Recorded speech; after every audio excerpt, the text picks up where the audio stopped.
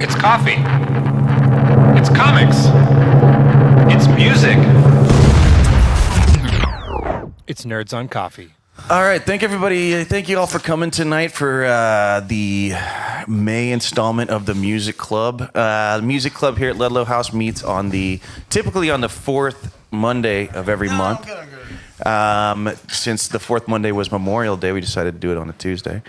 But fourth Monday of every month here at Ludlow House, the Music Club. Sometimes we just hang out, talk music. Sometimes we have some really fabulous people that come and will talk with us.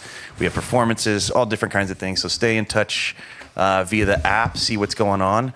Next month in June, we have something called the Cypher Sessions, which is going to be breaking down hip-hop music and video as it relates to mental health and social justice in contemporary times. But today, more interesting than this is today we're very lucky. True. We're very lucky. We have Matt and Kyle here who have the podcast Nerds on Coffee. It's a relatively new podcast, but it's been picked up. It's featured on iHeartRadio. It's been really tearing off in 2019. And Matt and Kyle are both music industry professionals, have about 20 years experience between the two of them. And we Scary also to say that means we're really old.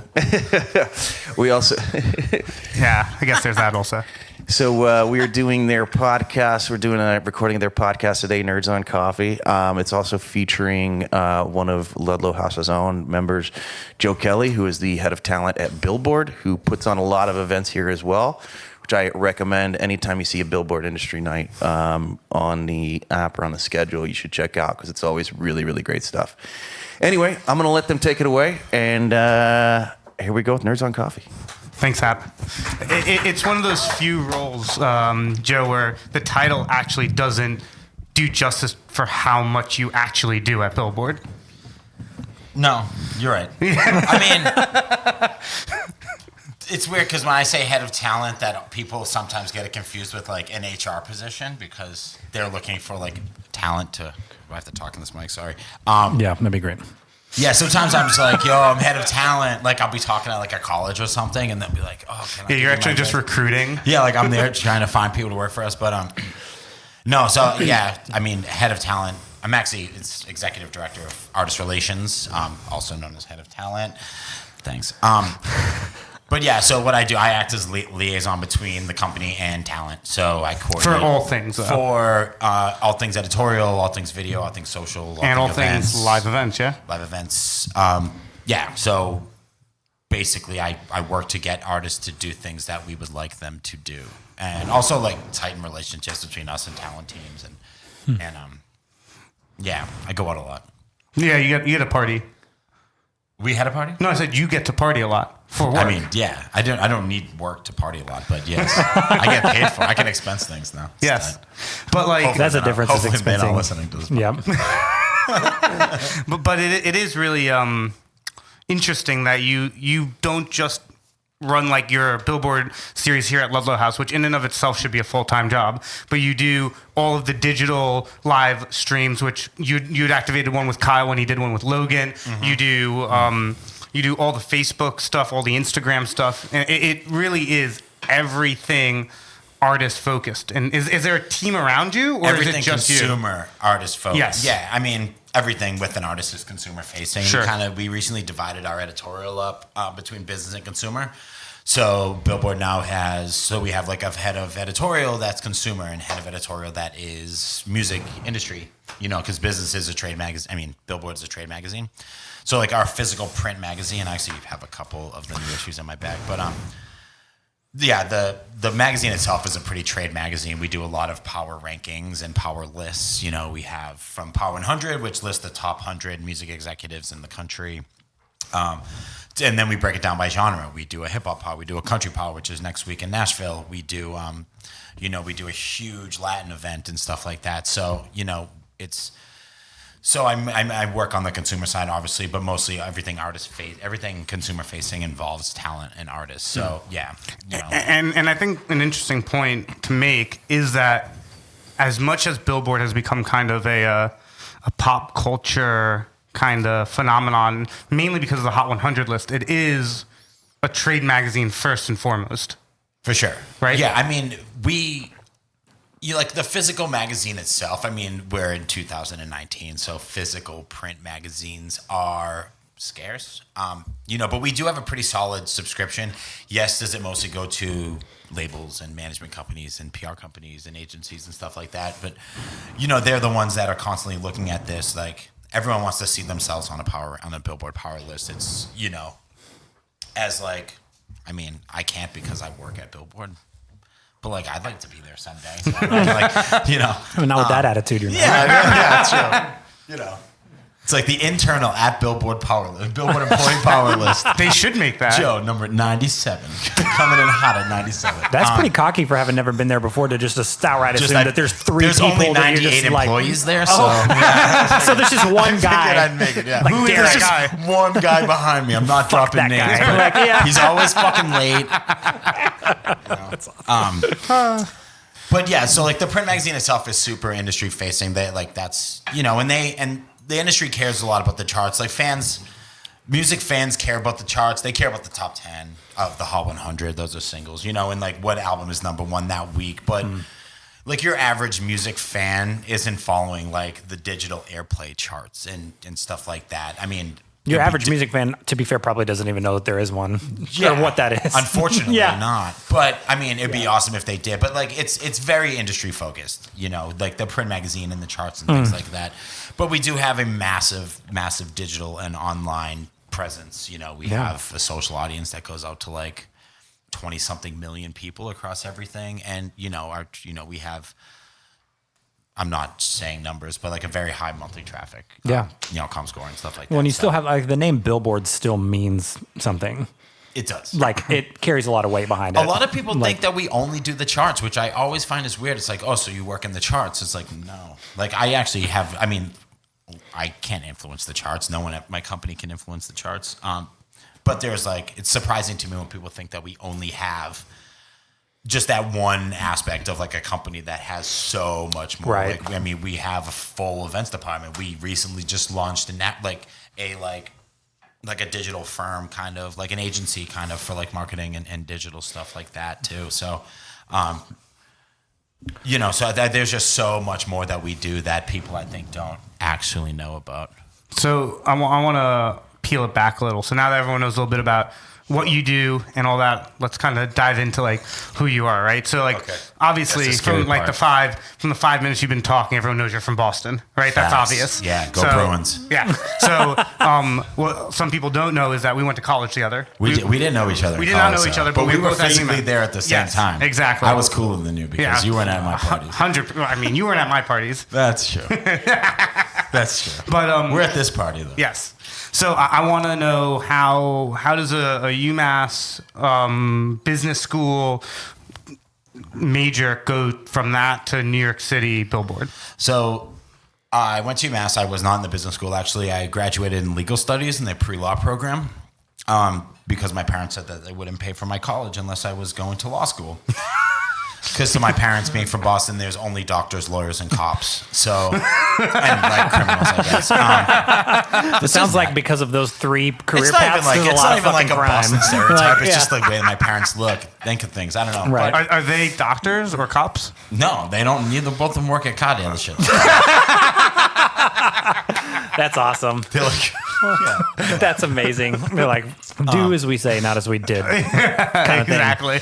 but I mean, it definitely was like that. But so yeah, I mean, but I was like, my father's a musician. He's a drummer, and he was like, my dad's drum and bugle corps, and he was a musician. He's super like into music my whole life. So like when I used to pick me up at school, and he'd be like sitting outside drumming on the steering wheel and shit. And I used to think it was embarrassing, and now I think it was really cool. Like I feel bad being like, Dad, this sucks. Like drive down the street, but like he's like blasting like the OJs and Earth, Wind and Fire, and like Steely Dan drumming on the steering wheel. And then I was in like bands in high school and shit. And then like, What'd you play? I was the singer and guitarist in an emo band. So you totally wore Nice. black eyeliner Yeah, dude, guy liner. and black nail polish or purple? No, black nail, actually. But but yeah, so I was like super into music my whole life, and then I was in college, and like I so when I had to be like legal studies, pre-law, whatever, so I took a ton of communication classes because I used to want to be on the radio because I was like a huge Howard Stern fan.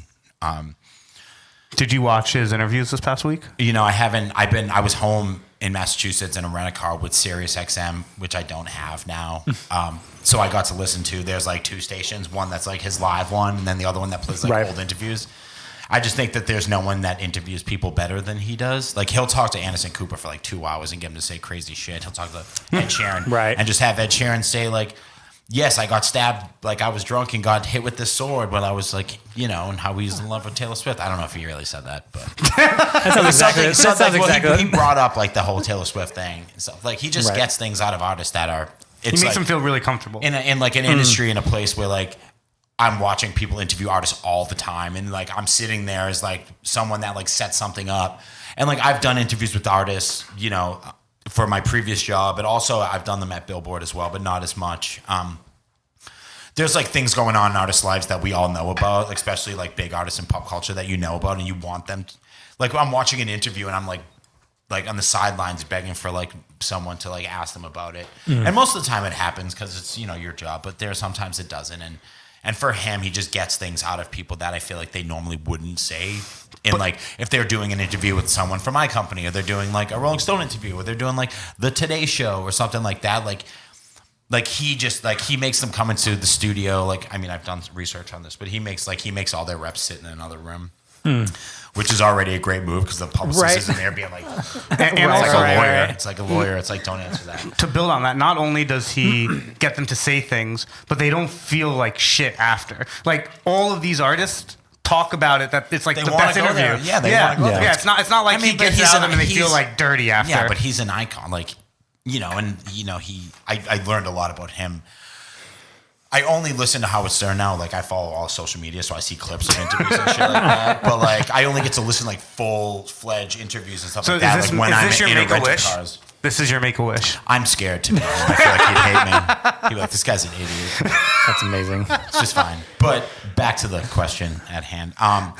So I used to want to be on the radio, so I took a ton of communications classes. And when I Those graduated, don't do anything at UMass. no, of course not. But I mean, at least I learned things. Like I enjoyed it. Like I'm taking like action film. I'm like watching fucking Born Supremacy in class.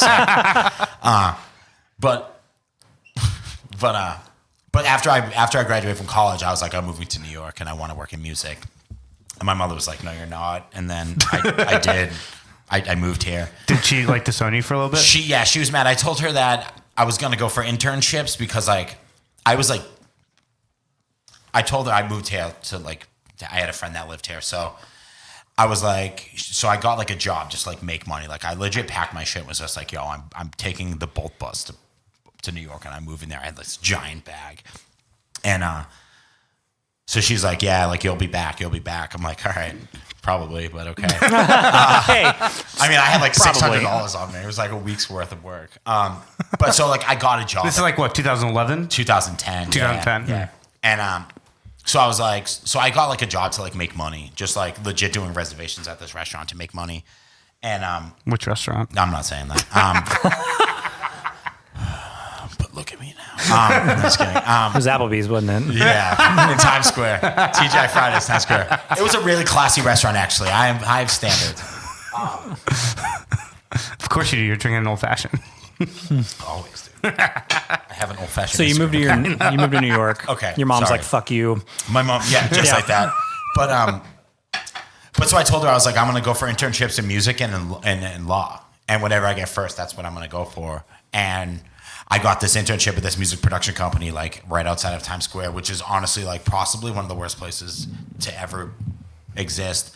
But it did, like, I mean, it got me into music. And then I used to run this online like web show kind of for a long time called Balcony TV.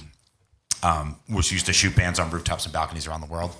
And I like worked to franchise it over to the United States, to New York, and then I ran the New York show and then helped them franchise to other cities and countries. And it was at that company that like I learned about this show, and then I was like, yo, this is fucking cool. So I mean, as much as that company sucked, it at least introduced me to that. And then I ran that I mean, I ran that show for 6 years. And you were also on it as the host. I was the host. Yeah, you were. I booked all the talent. I did all the scheduling. I did all the production and shit like that. And then I also, I was on camera.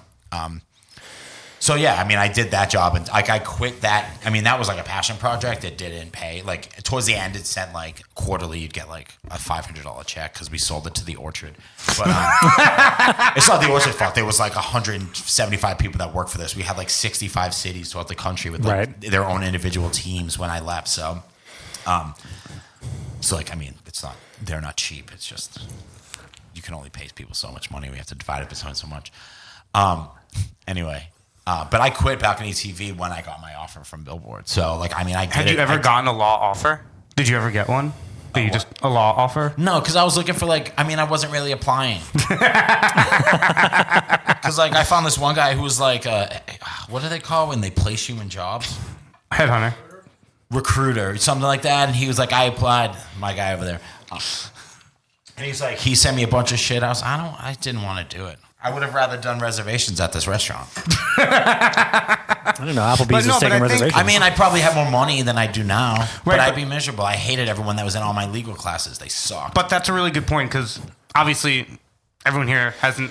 I'm hoping you haven't listened to all the podcasts that we've put out because if you have and you're still here and you're like a saint, but there's a growing trend between every single guest. They all went to law. They all were following law. No, they all took jobs that they were underqualified for to be able to focus on the thing that they really want to do. Oh, yeah. Yeah. I mean, they usually involve a big worked pay a cut. ton of restaurant jobs.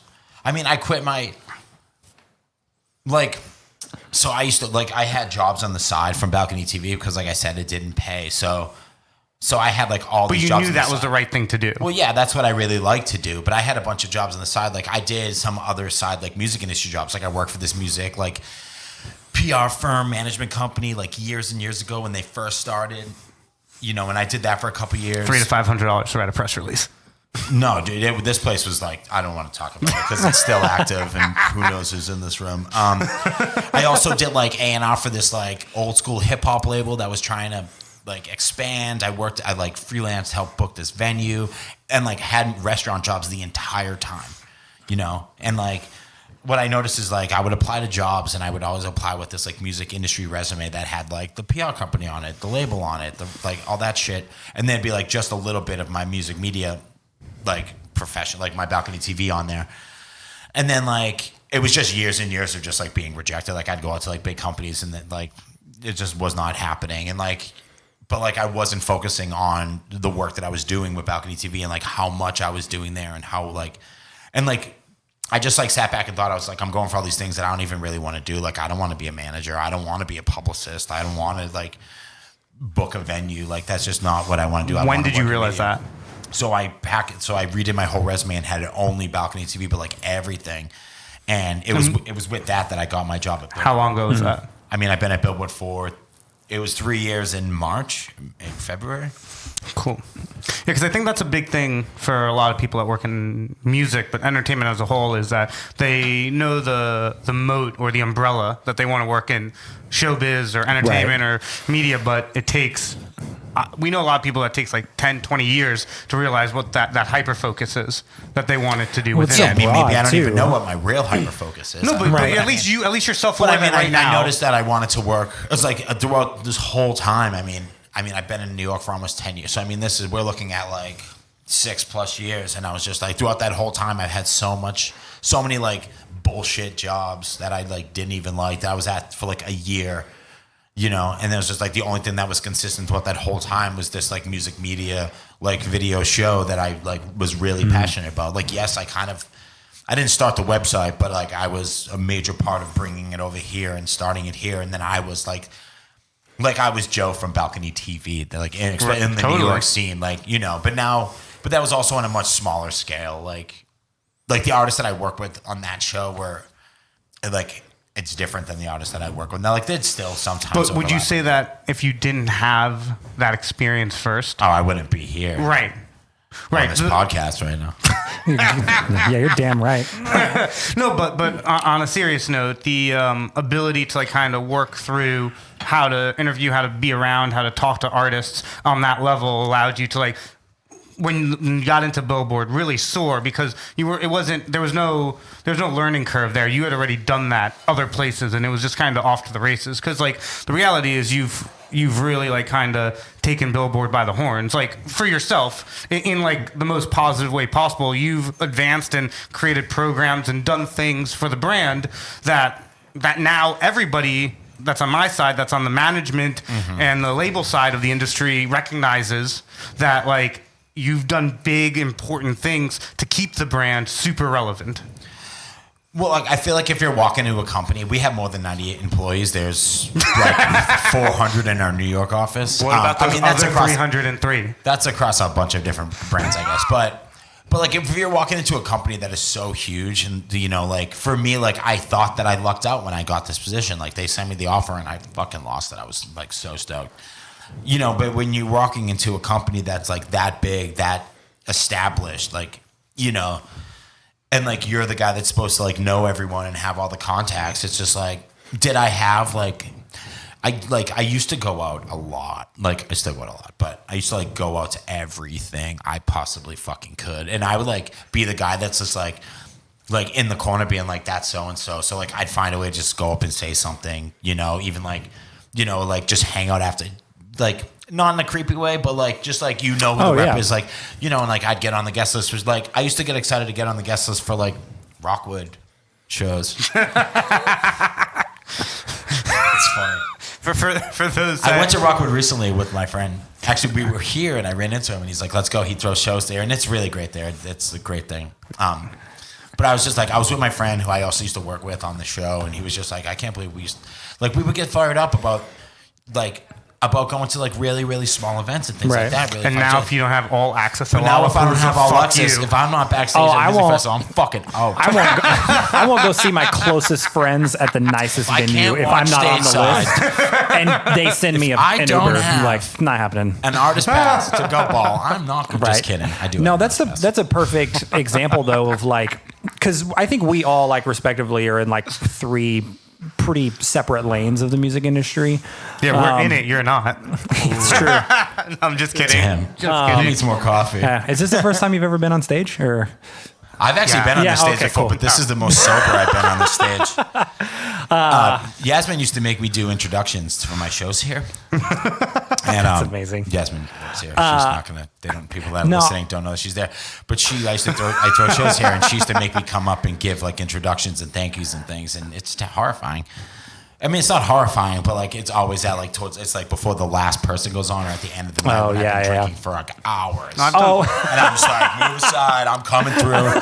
One time I did like a ticket giveaway to a music festival. It's amazing. It was not. No, you kind of talking about going out and like meeting people and stuff. It's like, it's something that I tell a lot of younger guys. Oh, thanks. It's something that I tell a lot of younger guys coming up. I get asked about a lot of advice coming into like the touring world, the session world.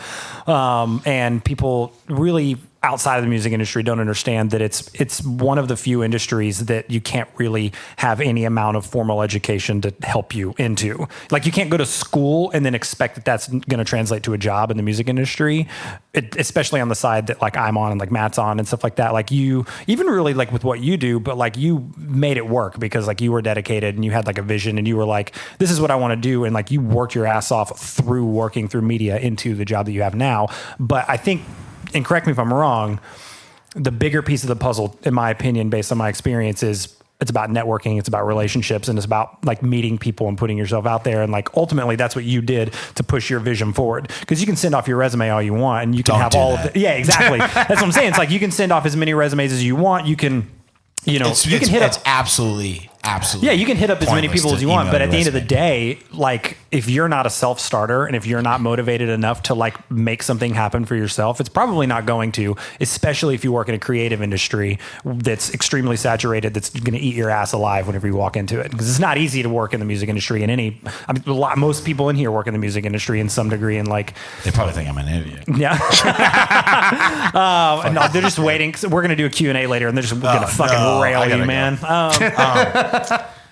But like, I didn't know that. I think it's more about networking. No, than for anything. sure. I mean, you have like, to have with- experience. You have to Yeah, have my experience. title it's is an artist industry- relations. Yeah. Like it's like relationships is like the core to my position, you know. And it's And like relationships isn't like, like it's not the fucking 80s and 90s where like I'm going out to clubs with artists and shit. Like, I mean, yes, sometimes that happens, but like I'm not doing that shit. No, but it's more mostly about, like I just like attend things that are invited to. Like not everything, but like it's about showing up. It's about yeah, and it's like I did a lot of that before, like just always being there, always, and like just giving people like being able for everyone to put a face to your name, where it's just like when they see my email.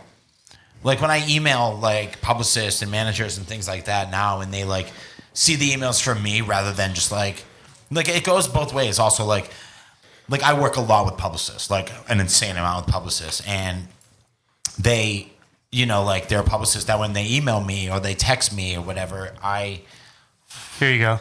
Wow, thank you. That's incredible. Thank you so much. Oh, wow. That was Joyce, our amazing executive producer on Nerds on Coffee. She doesn't even work here. She's just doing that. Yeah. No, but I think to your point. I forget what I was talking about. To your point, it's about like facial recognition, right? Yeah, like, that's what I'm saying. It's yeah. like so when I get emails from like there's so many publicists out there, like I can't even keep, like it's amazing. I would love to get a list of how many PR firms are out there because like every day there's new ones, and everyone's trying to, everyone's pursuing their passion and doing stuff. But like when I get an email from someone that I have a good relationship with, it's something I'm more inclined to open and read. And I know they're not going to pitch me something that doesn't fit our brand. Like people just send me something that is so clearly not for Billboard, but there's like throwing spaghetti against the wall when there's people that I know will pitch me things that they know that I like and they know that are good for our brand. I think that's a good distinction to make, right? Because like a lot of people would always say things like, oh, you always write an article for that publicist, or you always do something for that person, but why not me? And the answer is most of the time because that publicist knows me and knows what I'm going to say yes to. Well, it's not that, because that would be a conflict. No, but like from the more of like from the point of view that they only pitch you things that are certain things. Like you're not going to pitch. Like I'm using this as an example. This isn't a real thing, but like say you represent Slipknot. You're not going to pitch Slipknot to like American Folk Writer or whatever, American Songwriter magazine. You know what I'm saying? Yeah, know your audience. Know your audience. Yeah. There needs to be, but there are times that I'm getting pitched things that are just very, very clearly not for Billboard. And like, that I think more than anything goes to show the fact that like you can tell pretty quickly if people do their research ahead of time when or people not. are like, oh, I love your articles so much. I'm like, I've written like 3 pieces for Billboard. Like, how much did you love those 3 fucking articles? It's amazing. It's like, we love your writing so much. How about looking at my client and writing about my client? It's like you searched out for my 3 articles that I wrote for Billboard. Yeah, Right. well, like that's just goes to show that like they're just trying to find a way to get you To butter you like up. them, you so that can't you'll knock the work with hustle, them. though. I mean, I'm currently knocking the hustle, but you shouldn't. I mean, a lot of industries have some crossover with like with this, but the music industry, I think, especially from like the top down, like really is just about relationships. Sorry. When I want to talk about the live streams for a second, because those were really interesting, especially how I remember when you first started them, how you get like upset with how like Facebook would always change. And then you were... I'm so upset. Right, about but that. you were pretty agile with how to adapt. It's worse now. Yeah. No, it's just horrible now. But like, Yeah. why don't you, for people that are listening and watching, just like kind of go through that whole idea, because those Billboard sessions did bring a lot of like pop culture relevance to the online brand. Yeah, I mean, that's my Billboard live sessions is like my favorite part of my job. We started like, I think it was like right before I started there. Is when Facebook Live like became a thing. So we started like they started bringing artists into the office and like doing interviews and sometime performances. And this is before I was there, so they were doing it in like conference rooms around the Billboard office and things like that.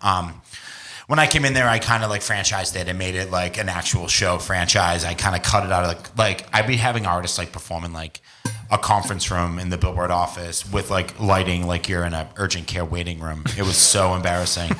So we had this like giant area in the office, and I was like, we need a stage here. And I eventually got a stage built there. It's a really dope stage. You performed on it. A couple times, yeah.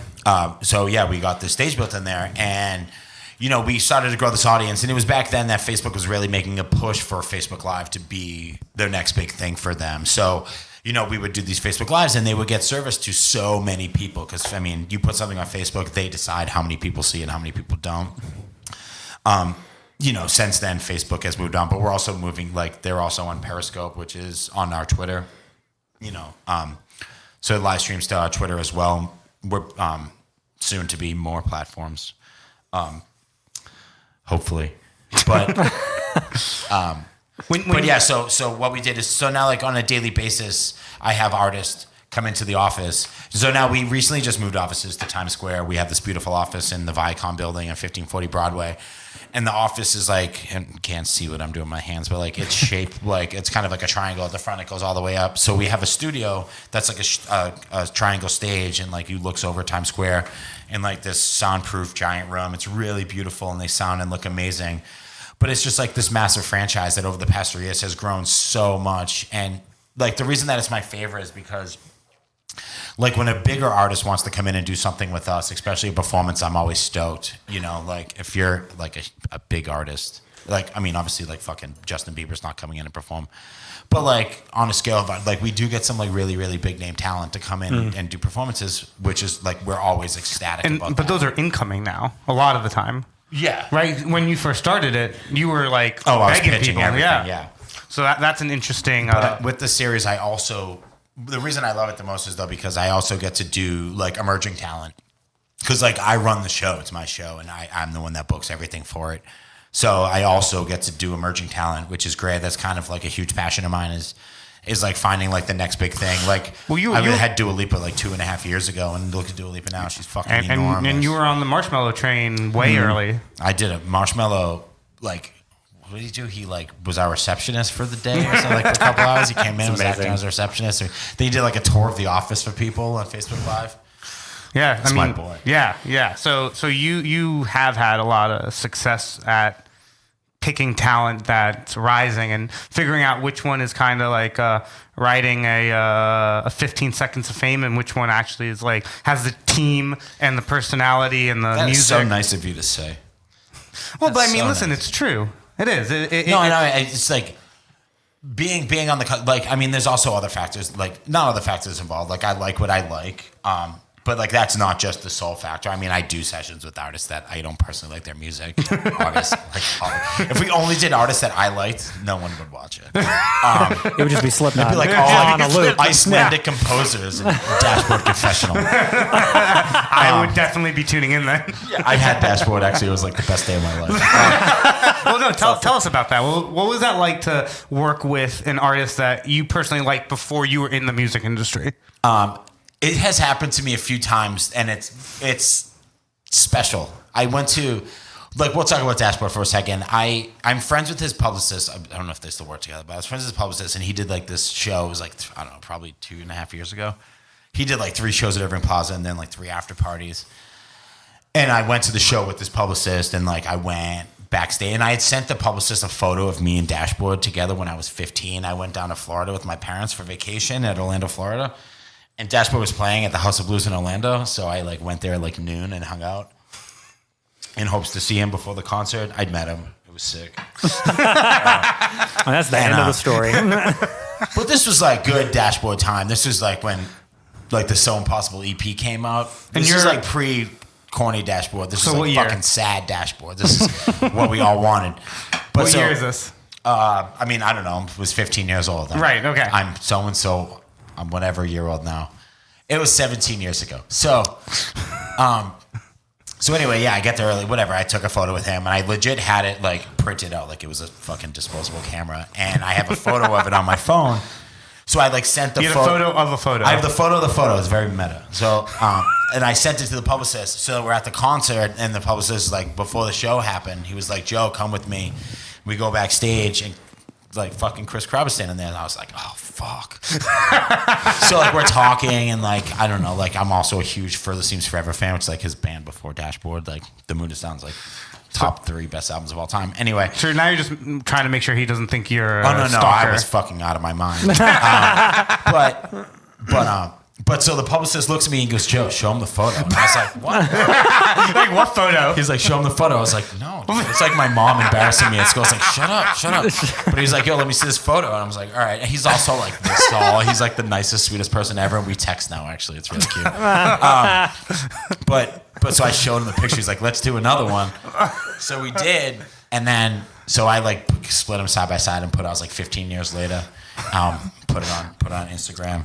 But then I had him come into the office to do a session after that. So we had already met before, but like that was one time. And I didn't think he'd remember me, but he came up and gave me a big hug, and I was fucking real stoked about it. And he was just like, Joe, take my number. He's like, when you're in Nashville, call me. He like lives in Nashville now. Sometimes we text each other. I think it's fucking cool. But So now you like, just either want to get away to Nashville every weekend just to go hang out. you know, with I've Chris never been to Corrado. Nashville, Like, actually. You still haven't gone. No, we're doing an event there next week. We're doing our Country Power Plays event Are there you next going? week. I'm not, because it's always on my birthday. My birthday's next Tuesday. In Brooklyn. It's, well, my party. I mean, don't blow it up. When is this coming out? I'll put it out the day Guest list before. only. No, I'm just kidding. But yeah, the Country Power Plays is always on my birthday, and I don't really want to spend my birthday with people that I work with in the city I've been to. So I'm not going, but one day I will go. And We should I will just hang out plan a with trip Chris to there. Nashville. Yeah, I love Nashville's cool. Nashville. Yeah, You love Nashville. I've never said that, but it's all right. It has great coffee shops. Nashville actually has objectively great coffee shops. I bet Yeah. that Nashville has amazing coffee. It Yeah. seems like an Austin, In the Texas, where Vanderbilt they have area? great Yes, coffee exactly. shops. I'm from Texas, and I'm from the South originally, and so You're from Oklahoma. that's true. I'm from Oklahoma, but I don't fucking Is that tell the people South? that. Like, It's Midwest. It's Midwest. Yeah. He's Oklahoma's lying. not the Plains. South. Yeah, it In the is in the plains. plains. Yes. To be fair, Bad stuff going on there right to now. be I feel fair, bad for everyone. Texas I isn't. don't want to be talking about Oklahoma right now. Texas In a negative way. technically isn't really the South either. It's its own entity. I think anyone from Texas would argue that like it's That's its only own what thing. people from Texas say. Exactly. I mean, it's the only state that could legitimately secede and not like crumble. I don't know. I mean, Have I you would been to argue that Texas? California- But it has enough infrastructure. Like it has oil, water. In gas. terms of infrastructure, Texas could. Yeah. But in terms of like actual global economic impact, California could. yes, exactly, exactly. Yeah, but California can't defend itself against shit though. Like, what do we? Not from both sides. Especially if Texas gets mad, that's not happening. And I left Texas to go to California, and so I'm like, no, I fucking hate the South. So I resent it. I resent the South. Good. That's where I was I've trying only to get been to at. Orlando, Florida. Huh?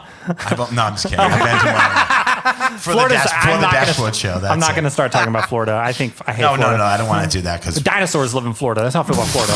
Like people in Florida don't believe in dinosaurs. alligators are dinosaurs. True. Yeah, but they all are doing meth though. So what do they know? Like, Yeah, true. yeah. It's called bath salts, actually. I need to get my facts straight. Yeah, get your weird drugs straight. But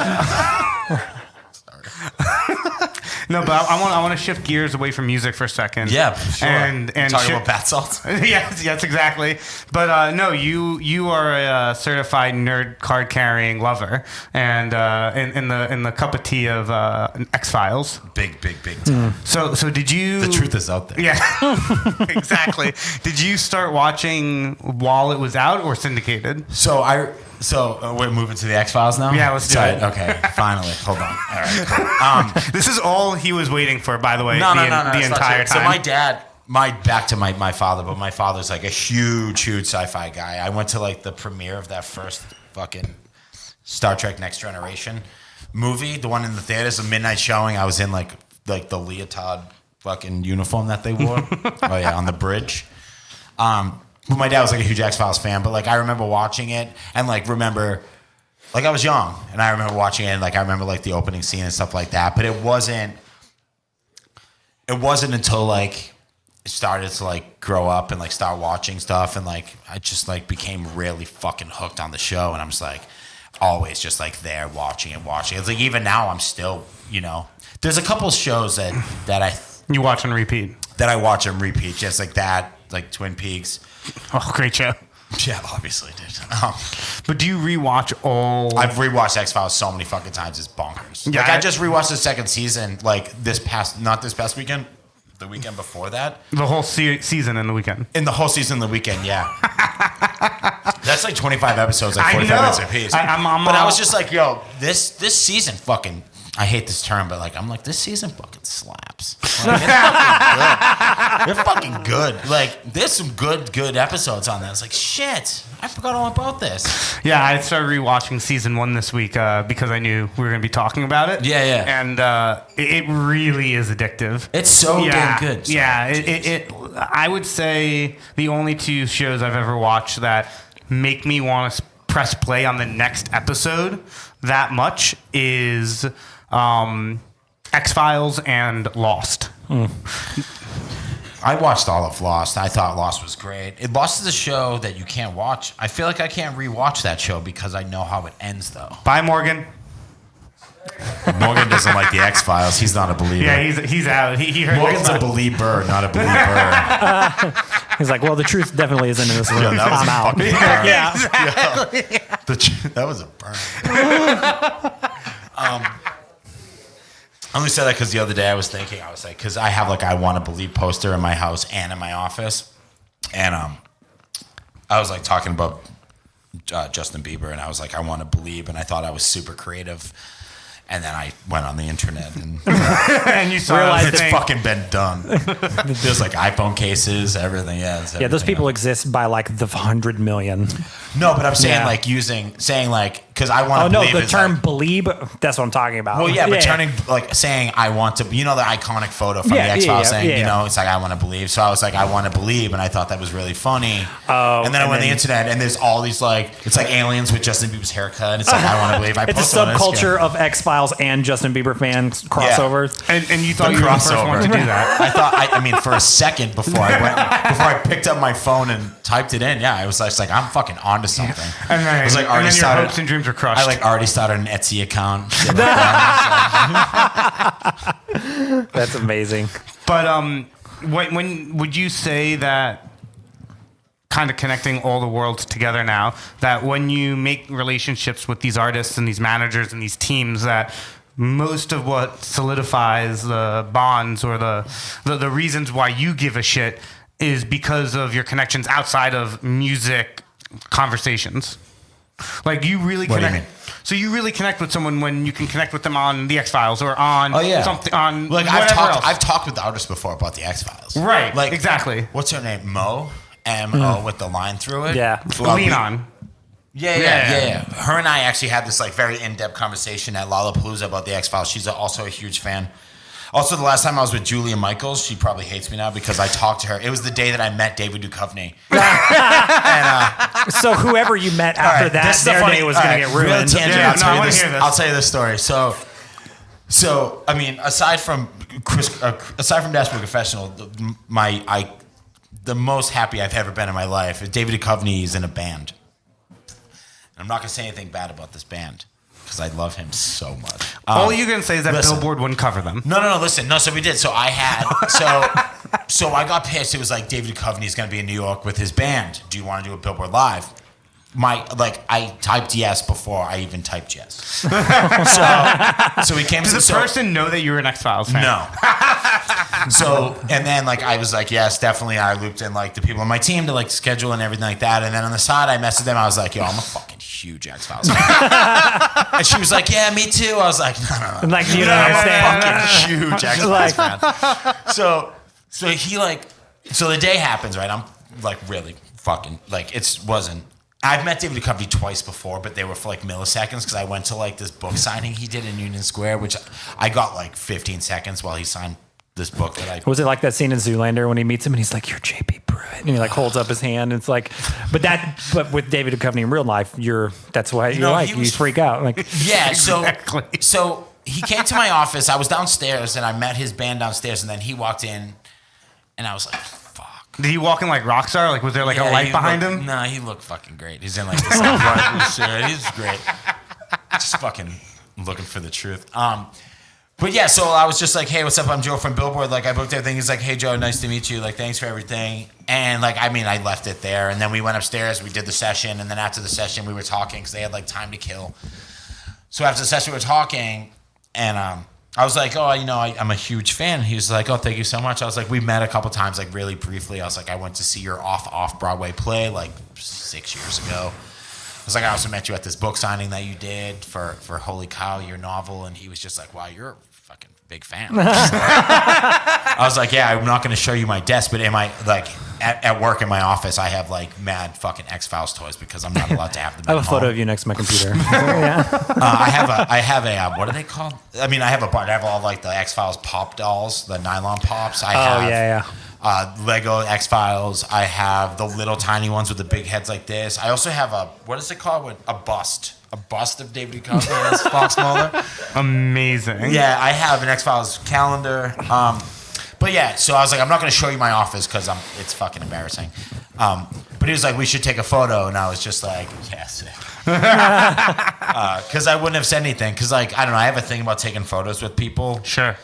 It's not that I don't want to. It's just like You don't want to be that guy. when it comes to artists, like musicians that come into my office to do stuff with Billboard, I don't want to be that guy to ask for photos because I feel like it changes the relationship, and I want talent to look at me as like You're their buddy. yeah, because that's what gets future things. That's like makes future things easier to do. It's just like no, it's Joe instead of like Billboard. You know what I'm saying? Right. So The photo makes a billboard. the photo Totally. makes it just Billboard. Yeah. So Yep. That makes 100%. yeah. So I didn't like. There's very select people that I've asked for photos with. He suggested. So I mean, I obliged. But there's very few people I've taken photos with, like the Killers. Right. Obviously. Yeah. Well, I mean, it would be almost weird if you didn't. Yeah, I love them too. So how bad was the band? I'm not talking about that. It's that bad.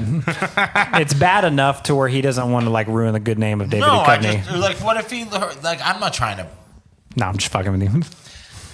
It's better than Muse. I'll tell you that. Just kidding. I just hate, I was about to ask you to I repeat just that. hate the band Muse, and I just that's the You way just I don't went. like Muse, and so you I just fucking any way to hate stick it to him. Muse. Yeah, that's like dad cock rock in space. It's the worst. I don't think so. Yeah, a lot of people fucking love Muse. I just Are you Yeah. a Muse fan? I like Muse. I'm kind of you're like from indifferent. Florida. I've never said that. Nice. That was good. Sorry. That's I just don't like Muse. I'm not a fan. There was a time where like they would like There's a lot of really popular bands I don't like. I totally get it. yeah. I'm in the same boat with other people. I'm also not like a Muse fanatic. Like I'm neutral You about are now. Muse. He's a New Kids on the Block compared fan, to though. you. Yeah. You a New Kids on the Block fan? I have a Red Sox hat signed by all of New Kids on the Block. Oh, It's really? pretty fucking dope. Actually. That's awesome. They're all from Boston. Boston Yeah. sports. Yeah, yeah, totally. Yeah, I have a hat. It's a Red Sox hat signed by all of them. Yeah. Wahlburgers. Yeah, sick. What so when you met him, did you like say fuck it and just start talking like I didn't ask him shit? X-Files. No, I didn't do any of that. I mean, I wish. Were you sober when you met him? Yeah, I was at work, dude. Right. So if you were drunk, That's a fair question, though. If you were middle of drunk, Tuesday. if you were drunk, would it have just been all You know, X-Files? I've watched a lot of, I went to see him and Gillian Anderson at the Paley Center years ago where they it was like before the 10th season came out. No, that's not true because that's Comic-Con. I went to that. But it was like this random, they did like this X-Files talk at the Paley Center in the city and I went to it. And they it was kind of upsetting because the two of them didn't watch the show. So people were asking them questions and these people are fucking fans. These people they want to know. They're like, where is your sister? Who is your real dad? And Oh, they're just like, oh, I don't know. I and just he's read just that in the I don't script know. once. He's like, they're like, in this episode, they're like, so season 7, episode 4, when you said this one thing, was that a foreshadowing of this? And he's just like, what? So it was kind of disappointing, but still awesome. And then when they came back, they did a season 10 a couple years ago, and they premiered the first episode at Comic-Con. And I That's right. went. It was sick because everyone was everyone was sitting there waiting for when they premiered the episode. They shut the lights off. There's 5,000 people in the Jarvis Center sitting there waiting for It's this. crazy. And dude, I got there really late and I thought I was gonna miss it, and I was just on the verge of tears. I was like, this is the only reason I'm fucking here, and I'm not gonna see it, but I ended up getting in. And everyone was waiting to see if the opening credits were gonna be the same. And when they were, this fucking place went so crazy, including myself. And that episode stinks. That episode's not even good, dude. That episode Would you stinks. equate it to never having heard Muse and then watching Muse walk out on stage and then Listen, Nice. don't ever compare Muse to the X-Files. No, just the one episode, just season 10, episode 1. Well, I mean, that's the Chris Carter episodes. Chris Carter's created the X-Files, but especially in the newest seasons, the episodes that he writes and directs are kind of the ones that everyone hates. Why do you think that is? It's because it's more the mythology ones, which is in the old seasons, the mythology ones are really fucking cool and just deep and kind of heavy and kind of fucked up. Too much pressure now. And the new ones, the mythology ones are they're just not that cool, and it's they're a little bit cheesy. And then it goes from like, I mean, I love the Monster of the Week episodes. Like the 10th season was only 6 episodes, and the 3rd episode is one of the best of all time. The We're Human episode with Camille Nanjiani. Who is also a huge X-Files fan. He actually has an X-Files It's podcast called that I the listen X-Files to. Files. Yeah, he and his wife. Yeah. Oh, where's my phone? I know. I'm a big Camille Nanjiani fan. So am I. He's fantastic. Yeah. I listen to that podcast and get frustrated because I'm like the other night I was driving listening to that podcast, and he's like, they're trying to like, it was like him and doing an interview with Kevin Smith. And they're like they're like, what episode is that? What episode is that? And I'm like screaming at the thing. I was like, what is this fucking episode? And you're like, you don't remember? I feel like I should be on that podcast. You should reach I out, don't know man. if he does it anymore. He's really famous now. Which one? The X-Files Who's famous? podcast? I think it's Camille Camille Nanjiani. Nanjiani. No, I think they still have new episodes. No, the X-Files has new episodes, but I don't think Camille's still doing that podcast. No, Maybe not. I mean, I'm still on like season 4.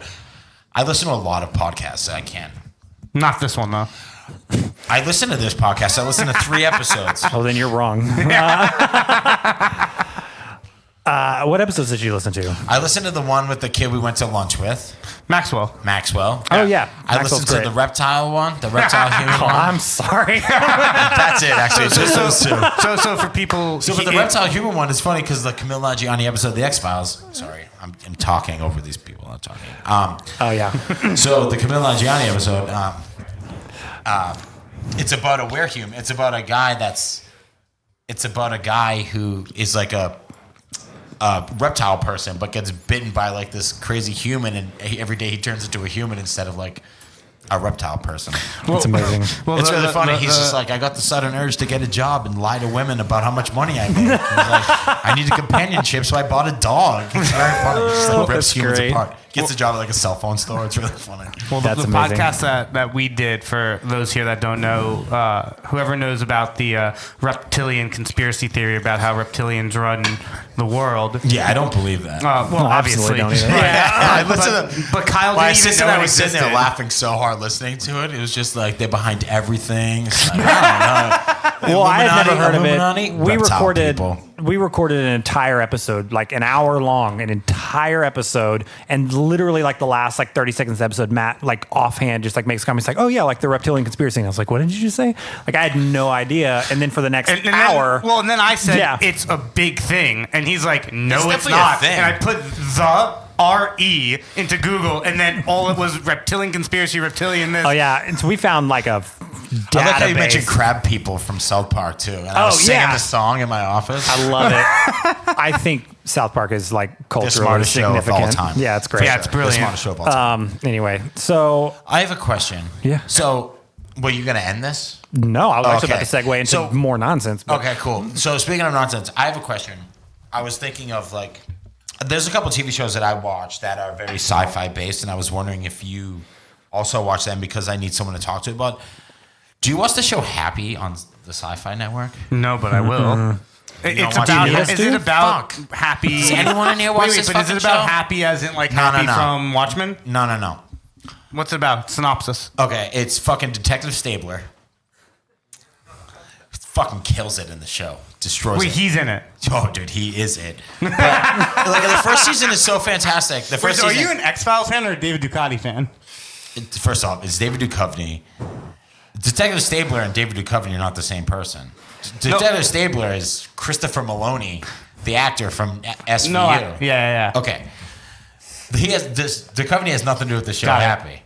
But I thought you were saying they were both in it. no, Duchovny's not in this show. Got it. But it's just like a very weird sci-fi show that I was wondering if you watched, because the first season of it, which came out like last year, was really fucking good. It was like based around Christmas, and what it is this guy's like this crazy ex-cop who's like an alcoholic, drug addict, and he sees his daughter's imaginary friend, who's done by Patton Oswalt.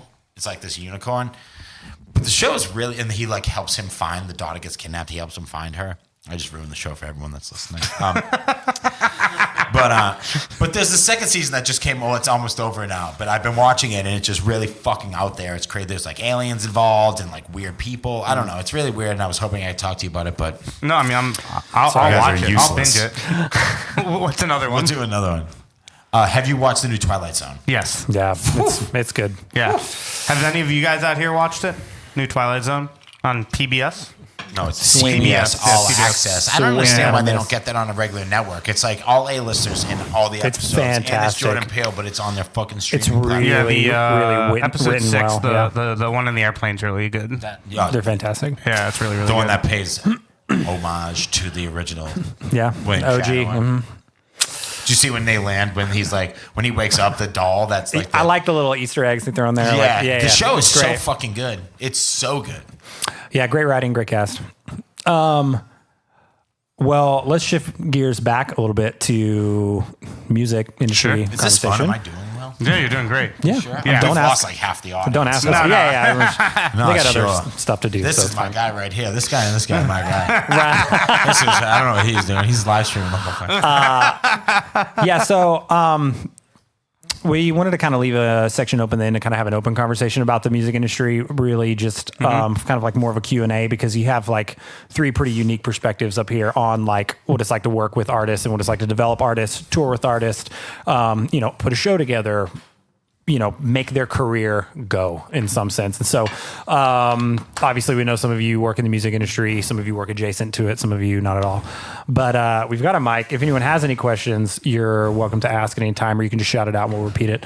This is not a big room, so it's not like we're not gonna have a problem hearing you. But Sheesh, what questions do you have? so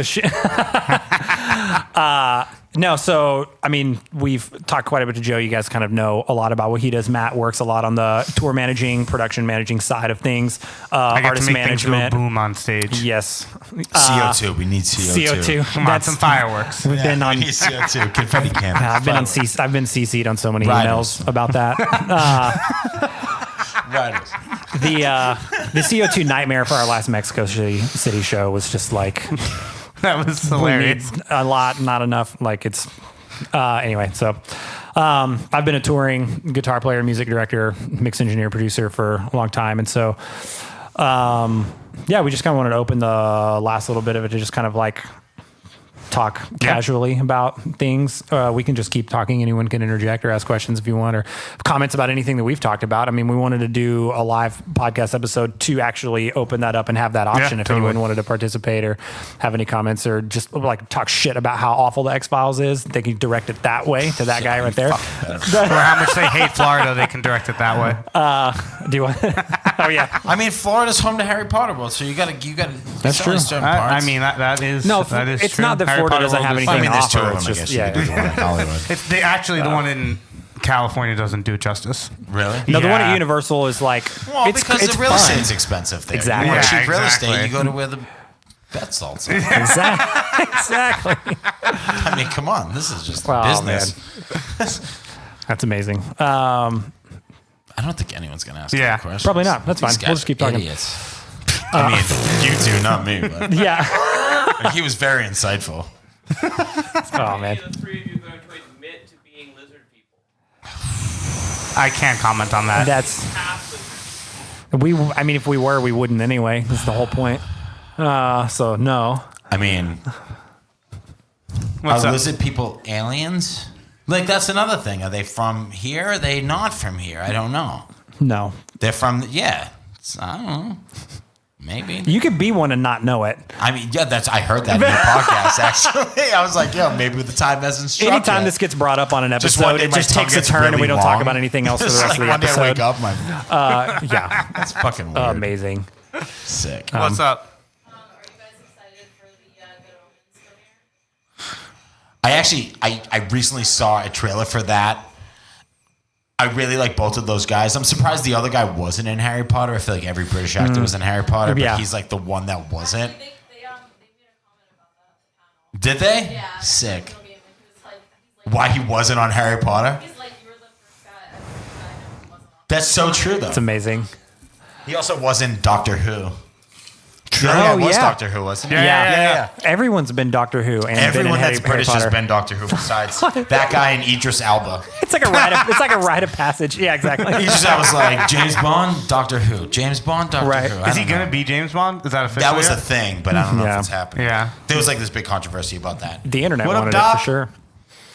I don't know much about that, but the posters look cool. Yeah. No. I'll probably watch it though. No, I'll definitely watch it. What's up, Joyce? Did you watch it? They You got a screener? Yeah, well, they showed us a good, like, 10 minutes into it, but they didn't even give us a release date. They kind of just showed us a clip of it. Like, there was no, like, when it was going to be out or anything like that. So, like... I mean, there's ads, like, on the train ride here, there was ads for it everywhere. Yeah. I mean, I'm just kidding. I took a limo here, but for people that took the train here, I saw people on the train and they looked like they were looking at the posters. Yeah. That's where it really blew up in the last month, I think. And it's like, this is still that was coming out. Yeah. But I was just super surprised that, like, you didn't even get a release date for it until, like, I feel like that's the way that like the streaming shows work. Like Netflix doesn't promote shows until after they come out. Yeah, totally. Like I mean, I work in Times Square, and like a show comes out, it's been out for 3 weeks, and then you see posters for it everywhere. You know, I think for streaming, they just like put it out there and see how well it does. It's just like if there's promise of it doing well, they're like, all right, let's put some fucking money behind this and like really blow it out. And if Which it doesn't, seems then they so don't. backwards, but it's Yeah, like, but I guess that's because I mean, their I'll initial watch marketing anything with plan- that Netflix thing in the corner. Like if a show comes out, it's not like. I mean, for Netflix, there's a lot of shows come out on Netflix now that are subtitled and like or overdubbed. They're doing a lot of overdubs that I can't fucking tolerate. But like They just did that for the Wandering Earth one, the big special in China. I'll watch the first like 15 minutes of any Netflix show. Like if I'm going through it, it says Netflix in the corner of the fucking thumbnail. I'll watch it. So that's probably how they get it. And then it's like, wow, this is actually dope. yeah. So I assume They have enough credibility to where their initial marketing plan can be, let's just put it in your queue and you'll be curious they enough. just serve it to you and you fucking watch it. Exactly. Yeah, of course. Exactly. They were commenting on about before about the CBS All Access and how you said they have all like the A-list stuff and everything like that is because it builds up with the subscription and everything. They just approved season 2 of Twilight Zone. Yeah. Really, Yeah. Show's so sick. Yeah. I mean, it's cool they say fucking it, but I'd rather not pay $11.99 a month to watch one show. What else am I watching on CBS? Exactly. Yeah. I don't watch CBS shows. Yeah, no, none of the other shows are good. Star Trek Discovery. It's so bad. It's horrible. Heartbreaking. Yeah. The show's horrible. I'm not paying $11.99. Show's horrible. But yeah. Twilight Zone is fucking dope. Twilight Zone's amazing. The new Star Trek is horrible. I'm not watching that Yeah. shit. Yeah, That it's happened. horrible. Yeah. What's up, Joyce? Working for such an institution like Billboard, is there ever something like in the back of your mind that's like, oh crap, I work for like this institution that's like, that is something that you strive to like, oh, like I want to make a Billboard list or like an artist that's like, I need top like out of the top 100 Billboards. Like in the back of your mind, like is there that kind of added pressure, like to make sure everything you do does work and does do well? No, I mean, I'm doing this podcast right now, so. Damn straight, yeah. He's at the lowest of the lows right now. No, I mean, there's a pressure that, like, there are things that, like, a green light and stuff like that sometimes don't perform well. But, like, it depends on how you look at them, what, like, performing well and not performing well is. You know what I'm saying? It's like, some people, like, I could do a video that gets, like, not that many views, but, like, to the artist, that video is like great, and they can use that to get other like further bookings and further promotion, and like it's still like great for their like press, like media kit and shit like that. And for me, it's like it gives us credibility that we did things with an artist that even though it didn't get millions and millions of views, was still something that was like maybe in 3 years that artist blows up. It's like we saw it on Billboard first. Like I'll resurface that video and be like, oh, this artist just got their #1. Here's something we did 3 years ago with them. You know what I'm saying? Do you Yes, ever have? I think a follow up to that is: do you ever have like a moment where you look in the mirror and you're like, "Damn, fucking kid from Boston running artist partnerships at Billboard." I look in the mirror and I'm just like, yo, kid from Boston got a haircut yesterday that he really doesn't like. That's what my day was today. I got butchered yesterday. Just absolutely butchered. No, I mean, there are times like, I mean, that's kind of like a surrealist, like, I don't know, like, No, but, like, do you bragging ever thing, have- which I don't want to do, but like, No, but do you ever have, there are like, a times moment? I'm like in places and like there are times I'm like at events or like at like places and like you take a step back, you know, like I recently flew to Utah to have breakfast with the Killers, and that was like a very surreal moment for me. Like I fucking love the Killers. Is that where you did the picture? No. They did the picture in my office, but like that was like, I mean, they came to my office on their last album release day to do this like video series with us, which is amazing. It was the first time I ever met them, and I fucking was like so squirrely. As good as advertised in person. So, oh yeah, even better. So squirrely. But But I like legit for this other project. I legit like flew to Utah, like was flown out to Utah to go have breakfast with the Killers and like do this meeting. And like was there. Like I got out of the car like at the breakfast place, and I was just like jumping. I was just like, you need to get your shit together. Like I was like so fucking excited, and I was like going into a business meeting. It was like, well, fuck, I gotta get my shit together. Like, and then I went in there, and it was just like post having a old fashioned, right? That's how you no, got your shit it was together. Breakfast. It was Bloody Mary pancake time. No, it was breakfast time. But I was fucking eating pancakes with Brendan Flowers. It was sick. Sick. He's like, you need more syrup, Joe. I was like, yo, you're right. You're like, okay. You're like, yeah, douse that shit. You're fucking right, I do. That's I'm a amazing. big pancake guy. If you follow my Instagram, you'd see. I make respect pancakes. that. I make Love bad pancakes. What's Like up? pancakes a lot. So one of the things that Kyle does on the podcast is talks about like celebrity encounters. Don't even ask. I have to. Don't even ask. All mine are really awkward and don't end well, though. What, the bad celebrities I've met? No. No, they're great celebrities, but Kyle has like meeting celebrities when not in a position that he's supposed to meet them. Like he meets one in the airport on like the security line. Oh, I have a story. I don't think I've ever gone up to a celebrity to say I just went to see Morrissey a couple weeks ago, and That's I ran cool. into Childish Gambino outside, and I asked him for a pound, and he said that's the no. most childish Gambino thing ever. To run into him He in a wasn't Morrissey at Morrissey. show. No, he wasn't at Oh, I Morrissey. was about to say, I was like, but I was at Morrissey, and I came out of Morrissey, and I was walking across the street. I was in Times Square. It was at like this. It was the Morrissey on Broadway, so it was at this place in Times Square, and I walked across the street, and I fucking saw Donald Glover. You're like, oh shit. I was like, fuck, this Gambino's sick. So I was like, yo, dude, what's up? And I put my hand out, and he looked at me. He was like, and just kept walking. I was like, fuck, that shit's ice cold. That is ice cold. I mean, what are you gonna do? That's hilarious. Just keep trying to say what's up with the Don Glovers, What's little up? man. Yeah, that's He's amazing. a fucking man, though. So it's Yeah, I okay. love. I mean, he that guy's crushing art it. is incredible. When I used to work when I worked at restaurants. I used to work at this very like celebrity-driven restaurant in the West Village. We still have time for this story. Yeah, yeah, Applebee's. Cool. Is it Applebee's? I worked at this like very celebrity-driven restaurant in the West Village, and one night I met Kim Kardashian and Kanye together there, and that was a really funny story. We got like a phone call. Like the owner ran up to me and was just like, "Yo, fucking Kim and Kanye are coming in here tonight. The security guard's going to come in. I guess I won't get sued for telling this story. I did sign an NDA though. Anyway, I think we burned it for you. yeah, so he was like, fuck it, Kim Kardashian and Kanye are coming into this restaurant. He's like, the security guards are going to come in ahead of time. He's going to survey the place, going to find out where they're going to sit, and then you're going to sit them when they come in there right away. I was like, word, got it, cool. That doesn't happen, and they come in right with the security guards. So I was like, fuck. So I got them both standing there in this crowded West Village restaurant. So I'm like, fuck. And I was like, I have 2 tables for you. I have this one in the main dining room that like seats 8 people, but it's only you 2. It might be weird, but I'll show it to you. I was like, I have a private dining room upstairs that's all yours, your own server, your own bartender, everything. They're like, let's look upstairs. I bring them up there. Kim just shakes her head no. All right, bring them downstairs. Show them like the dining room one. They're like, yeah, we'll take this one. Sick. They were both just like very, very, very weird and like wouldn't say anything and only going like that, shaking their head yes or no. But the crazy part is everyone in the whole restaurant was flipping the fuck out because Kim and Kanye were there. But right across, like their table was here on the right, and the table on the left was fucking Edward Norton and fucking Ty Burris, like Phil Duffy. It's like, yo, you have like the 3rd best actor of all time sitting right here. Like Edward Norton has been an A-lister way longer than Edward Kanye. Norton is the and 3rd best actor Kim of have. all time. Yeah. I mean, maybe 3rd or 4th, depending if you count Daniel Day-Lewis. He's too good to be counted. That's true. Like it goes like Tom Hanks, Leo, Edward Norton. And then Daniel Or it Day-Lewis goes is in an Daniel Day-Lewis, adjacent Tom Hanks. category. Yeah. Daniel Day-Lewis is just so good that you can't even include him in it. He's in it. He is it. And then there's a real list. It's just like not even like the guy. It's just like once every 4 years, he's like coming in, getting it. I'll take this award piece. He flies under the radar until he doesn't, He just and then wants you're to like, act, oh dude. That shit! shit's so Yeah, gangsta. I love it. I love Daniel. It's like, yo, I'm just doing this to act. love Sick. it. cool. Wholesome art.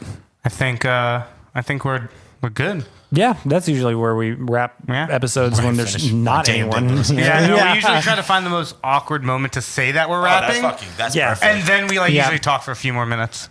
Yeah. No, I'm pretty much done. Oh, you're disappointed in my? You're disappointed in this? No, I loved it. Well, I'll let you know when I edit it, but not right now. Yeah, in the moment, it's really There's good. something actually I need you to edit out of this thing. yeah. Yeah, there's a word thing I need you to edit out. But I'll send a copy to you and to Kim and to Kanye and be like, you guys I don't care all right about with this? And then we'll be done. So, I miss the old Kanye. yeah, me too. No, but thanks to Ludlow House for having us. The coffee was delicious. It's good. The old fashions are didn't- really good too. Yeah, I didn't get to say it at the beginning, but we normally like shout out the coffee and say if we like it or not. And coffee is pretty good. Yeah. What'd you think? I liked it. Yeah, Yeah, cool. I had a cup and a half. Yeah, Or same. 2 cups, but one of them was large. Yeah, exactly. So Cool. Well, Joe, thanks so much for coming you for on. having me. No, it was a lot of Yeah. fun. Do you want to plug anything? Any new events that you guys are doing? No. Ludlow Billboard events? No. Yeah. Just no. if you know, you know. I don't have anything to plug. Yeah, well, okay, fair. Oh, I mean, I guess we're going to summer, right? So like a lot of events are on hold. Yeah, I'm not. I mean, I just don't have anything to plug. I'm just here to talk about X Files. Yeah. No, I It was mean, mostly about myself, which is You're, fucked up. But, no. Well, yeah. you were the guest on the show, so that was the point. Yeah. I know. I Yeah. tried to sit in your seat. Oh, no. Yeah, you're like, "Hey, I'm not over there." Yeah, you want to sit in the corner and let me and Kyle just talk. That's what I thought it was gonna be. I thought I was getting roasted. No. Oh, no. You're like, Joe, nice haircut. No, yeah. No. amazing. It was really cool, and I think people that are going to listen here and then online are going to just more kind of what's the word I'm looking for? Penetration to the idea that Don't it's say just penetration. no like market penetration. I mean, I get it. Yeah, but it takes a lot of will and a lot There's of focus. plenty of other words you could have used besides Sure. that. It takes a lot of will and a lot of focus to get to a position that you're in, and a lot of sacrifice. And I think that's like the overall message that we try to take on the podcast in general when we do interviews is kind of like, yeah, we want to show like the fun and quirky side and like your X-Files and the people that you've met. But at the end of the day, it's really to kind of give a message to people coming into the industry and that have been there that to be in these cool positions, it's not just 10,000 hours of work. It's a lot of sacrifice. Yeah. For sure. Yeah. It's not easy. And a lot of networking. Yeah. I'm not even Like- there yet. Like, I mean, I don't think anyone like, obviously, I'm not is. there yet. I'm Like, not yeah, that yeah. cool. I mean, It's you're not like kind of I'm there, cool, it's but cool. I'm not yeah. that, like, I'm not that cool, but yeah, there's, I mean, You're there's, less cool with that haircut, but I mean, Yeah, dude, I fucking know, my guy. Fucking devastated. That's I amazing. had these lustrous locks. Fucking you guy did. Killed me. Yeah. I mean, That's do we amazing. want? Fuck you. Do we All right, want? this is over. No, who's the barber? So we tell people not to go there. Yo, I've been going to the same place for 7 years, dude. And the kid is so, well, I got a different kid yesterday. Oh, that's Oh, why. Yeah. so it's the He was yeah. so nice. And honestly, in a week when it grows in and fills out, I'll like it. But right now, it's like, I feel like Mark Hoppus. And I love Mark Hoppus. But like it's, I don't know, the way it's set up is supposed to like be, I don't know. Like All right, well, if you're Mark Hoppus, then that's a perfect. If I was fucking 14, I would have loved this Yeah. haircut. If you're Mark Hoppus, that's a perfect segue for us to leave you and go look for Bigfoot. So, yeah. That's actually Tom DeLonge, who believes in animals. Damn. No, I know. That's why I said if you're Mark Hoppus, then we're going to leave you, go look for Bigfoot. We're Tom DeLonge. Cool. I'm going to edit that out. No, I'm going to leave it in. I'm going to edit end right there. Yeah, exactly. Cool. Cool. Thanks, guys. Thanks, everybody. Bye.